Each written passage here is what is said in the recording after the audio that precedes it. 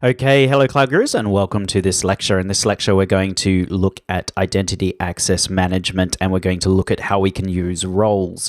So roles enable us to interact with the AWS platform without having to, pass our EC2 instances, access key IDs and secret access keys. And roles aren't just used for EC2, they're used for basically every other AWS service as well. And we're going to have a look at that in the AWS console. So this is a lab and you will need to log into the AWS console.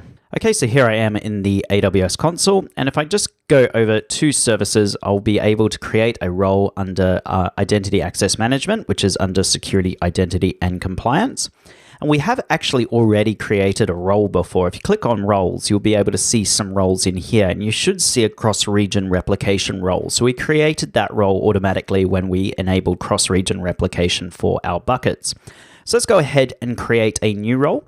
And in here it says, choose the service that will be using this role. So you can see here a list of services that support roles. We're obviously going to be using EC2. So click on EC2 and go ahead and hit next. And then it's going to ask us to attach a policy. So I'm going to give us administrator access for this role. And then we're just going to go ahead and hit next. And then the role name, I'm just going to call it admin access. And that's it. And I'm going to go ahead and create my role. So that has now created my role. Let's go over to EC2 and we can find it under compute. I'm sure you know that by now. And in here we've got our running instance. So at the moment, this is the EC2 instance from the last lab. I'm going to go over and SSH into it. Okay, so here I am in my EC2 instance. And if you just go over to your home directory, if you remember, if we type in ls, we can't see anything, but there is a hidden directory, which is the .aws directory. So let's go ahead and delete that. So what I'm going to do is I'm just going to type rm-rf and then .aws, and this will delete that directory. So it has now deleted it. If we go try and go into it, you can see now that there's no such file or directory. And if we type AWS S3 we won't be able to access S3 anymore because we've just deleted all the credentials that allowed us to do it.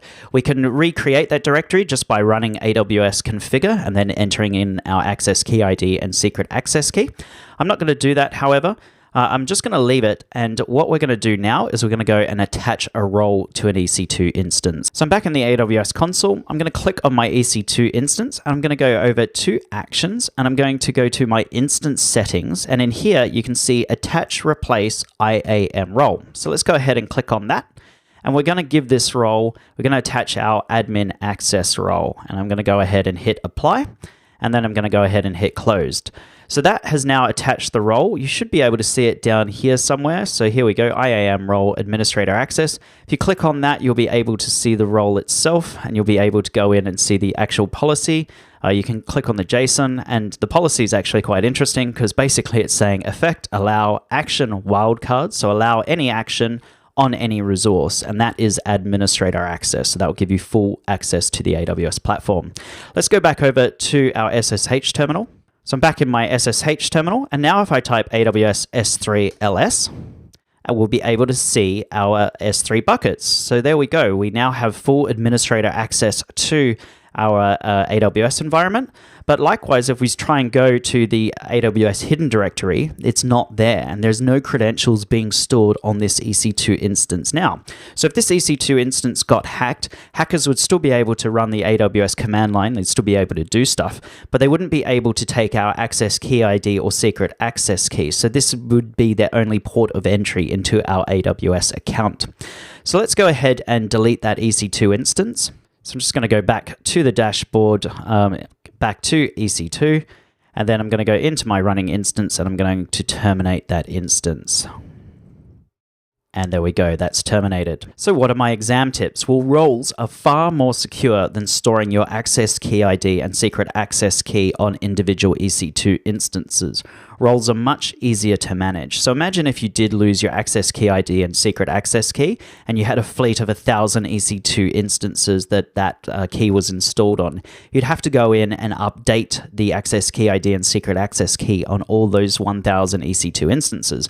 Whereas if you just had a role, you could actually just go in and change the role, and that change would take effect immediately. Roles can be assigned to EC2 instances after it's created, both using the console as well as the command line.